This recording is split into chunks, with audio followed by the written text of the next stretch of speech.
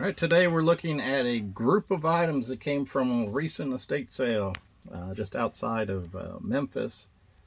This is the desk placard that was from the gentleman who'd served in Vietnam for 14 months, from June of '68 to July of 1969. And of particular interest, down here at the bottom it says Deputy Phoenix Coordinator.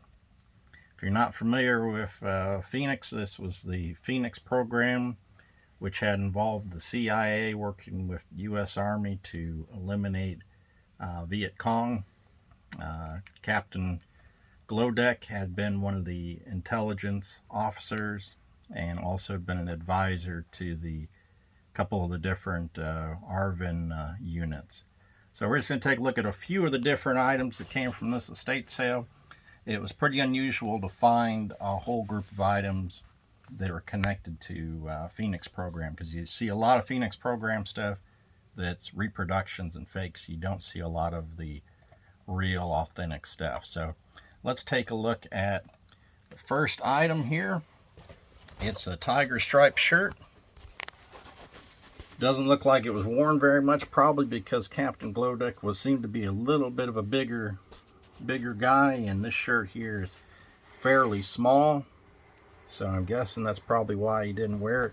It's a little unusual pattern. I hadn't seen this pattern before, but it's just kind of a neat thing. And the next thing here is another tiger stripe shirt. This one looks like he wore this one quite a bit. We see some buttons missing, buttons replaced. It's well faded, and this is a real lightweight set. It's you see some sets of tiger stripe that are a little bit heavier, kind of about the same weight of like the jungle shirts, but this is more like almost a t-shirt thickness. And the third shirt, I kind of like this one the best because it's a little more unusual.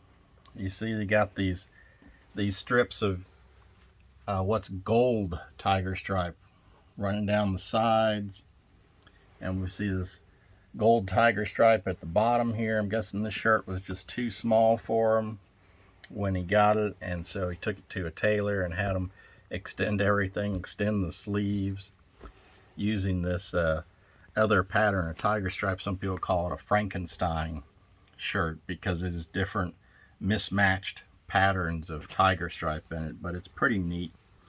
It's got his name wrote in it, Glodek. And we also see it's got the size stamp here, AL for Asian large. You'll see the tiger stripe items in US sizes and Asian sizes. So Asian large, originally this would have been about the equivalent of US small, so it kind of makes sense why he had to extend it out. This next thing here is it's a pair of pants. They kind of match up with that other shirt where they are lightweight, a little bit heavier than a t-shirt, but pretty lightweight, which kind of makes sense out in the jungle there where it would get pretty hot, so you wouldn't want to wear anything too heavy. That previous tiger stripe shirt was pretty heavy. And we see this one, like I was talking about the stamps in them. And see this one here stamped US M for a US medium. And he's about like a 34-inch waist, so it is really like a medium size. So those are pretty neat. And here we got a couple of boonie hats. You've got your regular boonie hat that seemed like everybody in Vietnam was getting issued these. And then we see a little more unusual, the tiger stripe. And this tiger stripe boonie hat's actually made, it's one that was made in Okinawa. So those are certainly pretty neat. And this next thing is something, when I was at the estate sale, I grabbed the tiger stripe because I recognized that right away. But these, at first I'd left these behind because I didn't even know what they were at first. and they're actually Viet Cong pajamas. When I saw them on the rack, I thought, well, I don't know what they are. And then I started thinking for a minute, and I was like, you know, those are probably those Viet Cong pajamas, and that's what they are. They don't have any markings in them. And we see this one doesn't look like it was worn very much. It's just got these two lower pockets on it. And then when we see this other shirt, it looks like it's been worn quite a bit. It's well faded. It's a little bit different. It doesn't have any lower pockets. It's just got one upper pocket. And so I don't know if those were just two different manufacturers. And who knows, he could have worn this when he was out in the field doing intelligence work with the Phoenix program. And these are just the pants. There's no difference really in the two pairs of pants, other than just like the shirts. We see one pair is well used and faded, and this other one looks like it was worn very little. So when you're at estate sales, always go back and double check things. Because like I said, I left all these behind at first, not really knowing what they were. And this last thing is there's three different plaques that were, these were sitting out in the garage. And the interesting thing is that, like on this one here,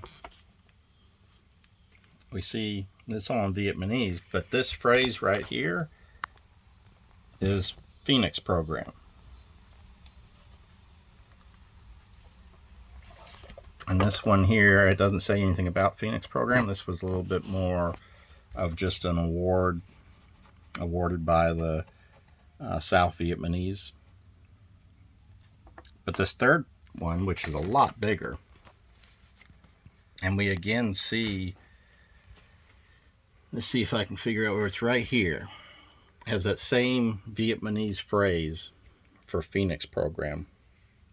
And we see all three of these plaques, or not plaques, but certificates.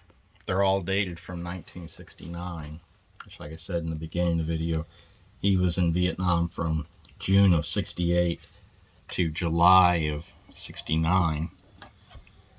And actually years later he wrote a book. It was a fictional account, but it was based on his experiences in Vietnam working with the CIA and being an advisor to some of the South Vietnamese army units. So that's kind of neat.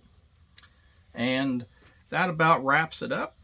I hope you've enjoyed this video, seeing some unusual items. Like I said, it's pretty rare to find a whole grouping of items that are named and attributed to somebody who was involved with the Phoenix program. If you're not familiar with the Phoenix program, I encourage you to check it out online. There's a lot of different articles discussing what the CIA was doing and how effective it was, and also why the CIA was removed from being involved due to some of the torturing of captured Viet Cong. But I hope you've enjoyed the video. If you have, I encourage you to subscribe. We've got 15 other videos up currently on items that were found at estate sales, so I encourage you to check those out. And thanks for watching.